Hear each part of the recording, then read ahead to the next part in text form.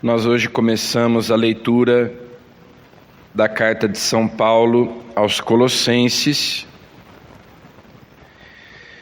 e nessa sua saudação, São Paulo diz: damos graças a Deus, Pai de nosso Senhor Jesus Cristo, sempre rezando por vós, pois ouvimos acerca da vossa fé em Cristo Jesus e do amor que mostrais para com todos os santos, animados pela esperança na posse do céu.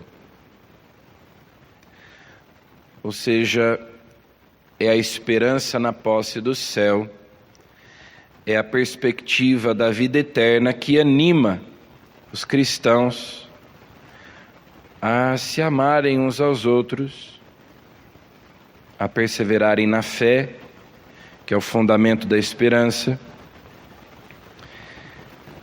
E depois, sobre Epáfras, ele diz: foi ele quem nos deu notícias sobre o amor que o Espírito suscitou em vós. Então, claro, aí sempre na saudação São Paulo faz elogios e diz que está rezando pela comunidade e que recebeu notícias a respeito deles. Mas o que nos chama a atenção é justamente que eles perseveram, o Evangelho no mundo inteiro, assim também entre vós, está produzindo frutos e se desenvolve desde o dia em que ouvistes a graça divina e conhecestes verdadeiramente, ouvistes a graça divina. Então a pregação do Evangelho vai produzindo seus frutos, o Espírito Santo suscita o amor, a caridade no coração dos fiéis, de modo que eles se amam uns aos outros, na esperança, animados pela esperança na posse do céu. Ou seja, isso é que deve nos motivar, isso é que deve nos animar, a esperança da salvação. Por amor a Deus, é que nós nos amamos uns aos outros. Por amor a Deus é que nós nos empenhamos na prática do bem, porque a posse do céu é a posse de Deus. A vida eterna consiste em conhecer, em amar a Deus, Jesus Cristo. É isso que nos move, é isso que nos motiva, é isso que nos anima, graças à palavra que escutamos e à qual nós aderimos. E que vai, como São Paulo diz aqui, crescendo, né? Esse dinamismo, quando Jesus no Evangelho fala da semente que vai crescendo, que produz fruto. É essa dinâmica do crescimento que acontece também na nossa vida espiritual. Nós vamos crescendo no amor a Deus, à medida em que também crescemos no conhecimento da palavra de Deus. No Evangelho, Jesus, depois de ter expulsado aquele demônio na sinagoga de Cafarnaum, aquele espírito impuro, agora ele se dirige à casa de Simão, que será o seu quartel-general, será a sua própria casa. Lá no Evangelho de São Marcos é dito: Jesus estava em casa, é a casa de Simão. Então, depois que Jesus deixa Nazaré, a casa de Simão se torna a sua casa, é lá que ele se hospedava. A sogra de Simão estava com febre alta. Jesus ameaça a febre vai embora, ela se põe a servi-los. E depois, ao pôr do sol, porque era sábado, Jesus tinha pregado na sinagoga num dia de sábado. No sábado as pessoas não trabalham, porque eram judeus. Ao pôr do sol, então quando o sábado já ia terminando,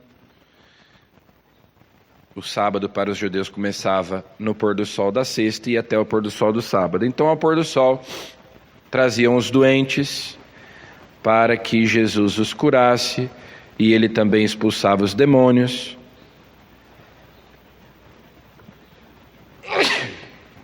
Assim como Jesus ameaçava a febre, aqui também Jesus ameaça os demônios e não os deixava falar, porque sabiam que ele era o Messias. O intelecto humano é discursivo, porque nós temos um corpo, nós temos os sentidos e nós conhecemos as coisas por meio dos sentidos. Nós vamos captando as informações que chegam até nós por meio dos nossos sentidos, pela nossa visão, pela nossa audição, pelo nosso olfato, tato, paladar. Nós captamos essas informações por meio dos nossos sentidos e raciocinamos. Então, Santo Tomás nos ensina que o intelecto humano é discursivo. Os anjos não raciocinam. Os anjos têm um intelecto intuitivo. Eles simplesmente sabem. Então, por isso, São Lucas diz aqui, que os demônios que têm uma natureza angélica, eles sabiam que Jesus era o Messias. Agora, os discípulos, no caso aqui nós estamos no início de tudo, os discípulos tiveram o primeiro contato com Jesus ali. Eles terão que fazer um longo caminho para chegarem a descobrir, a conhecer que Jesus é o Messias, até chegarem lá no ponto da profissão de fé de Pedro. E vós, quem dizeis que eu sou? Tu és o Messias, o Filho do Deus vivo.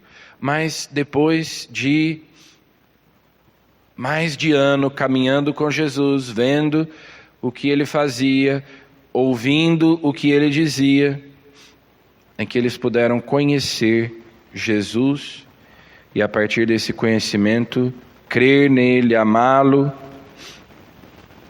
Os demônios não, os demônios sabiam. Mas Jesus manda que eles se calem, porque os demônios não são capazes de amá-lo. Embora eles conheçam, mas eles não amam.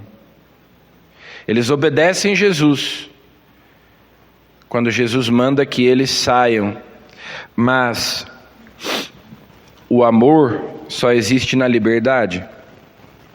Não é possível que Deus nos mande amá-lo.